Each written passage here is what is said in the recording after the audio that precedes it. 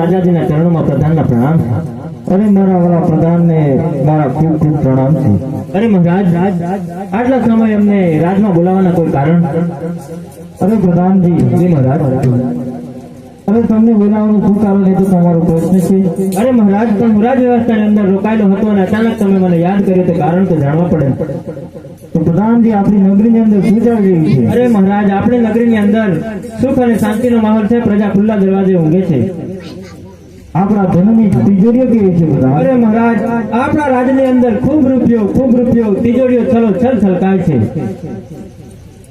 પ્રધાનજી, જી મહારાજ, આપણા રાજની અંદર તો બધી સુવિધાઓ છે.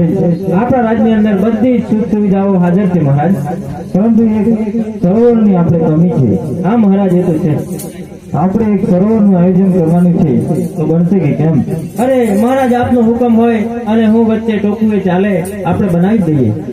તો હાલને હાલ હમણાં ઓર લોકોને બોલાવો અને કામગીરી ચાલુ કરાવો. બોલે હરે આજ પ્રધાન બોલાવે ઓળો આવજો રે. હે આજે પ્રધાન બોલાવે ઓળો આવજો રે. આવ તમે જાંબુ સર દરબાર પરધાન બોલાવે ઓળો આવજો રે આજે પરધાન બોલાવે ઓળો આવજો રે આજે પરધાન બોલાવે ઓળો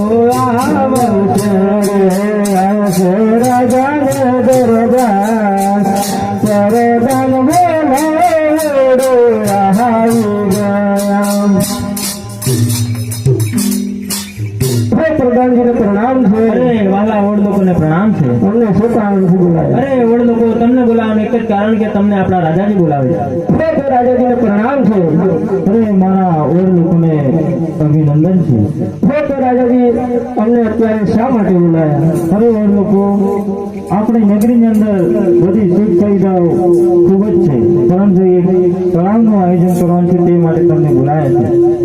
જરૂરથી રાજાજી, એ તો અમારા બાપ દાદાનો ધંધો છે, અમે કરીશું, પણ અમારી